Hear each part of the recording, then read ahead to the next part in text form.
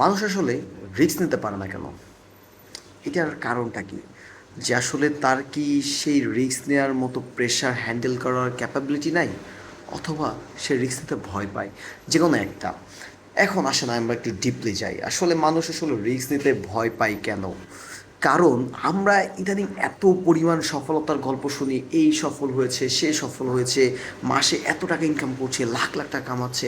আসলে এত পরিমাণ আমরা সফলতার গল্প শুনি, যার কারণে আমরা আসলে ব্যর্থতাকে আমরা আসলে ভয় পাই, যার কারণে আমরা রিস্ক নিতে পারি না, যার কারণে আমরা আমাদের কমফোর্ট জোন থেকে বেরোতে পারি না। That's why for everything.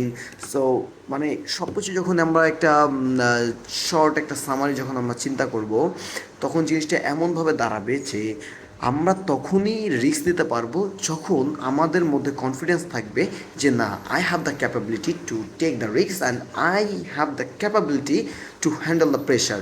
যখনই আমি চিন্তা করব যে না, হ্যাঁ, আমার সামনে যতটুকু কাজ আসুক, আমার যতটুকু প্রেশার আসুক না কেন, আমি সব কিছু হ্যান্ডেল করতে পারবো।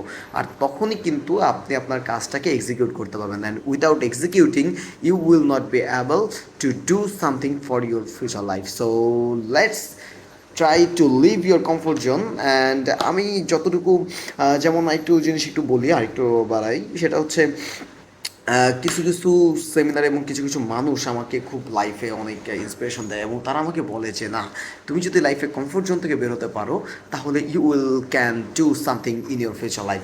সো আমাদের যে জিনিসটা আসলে সবসময় মেনটেন করতে হবে যে রিস্ক নেওয়ার ক্যাপাবিলিটি থাকতে হবে, এবং সাথে হচ্ছে আমাদের কমফোর্ট জোন থেকে বেরোতে হবে। সুতরাং সারাদিন খালি ঘুমাবো, অফিস করব, অথবা সারাদিন খালি ঘুমাবো, ভার্সিটি করবো, সুতরাং দ্যাটস নট দ্য লাইফ।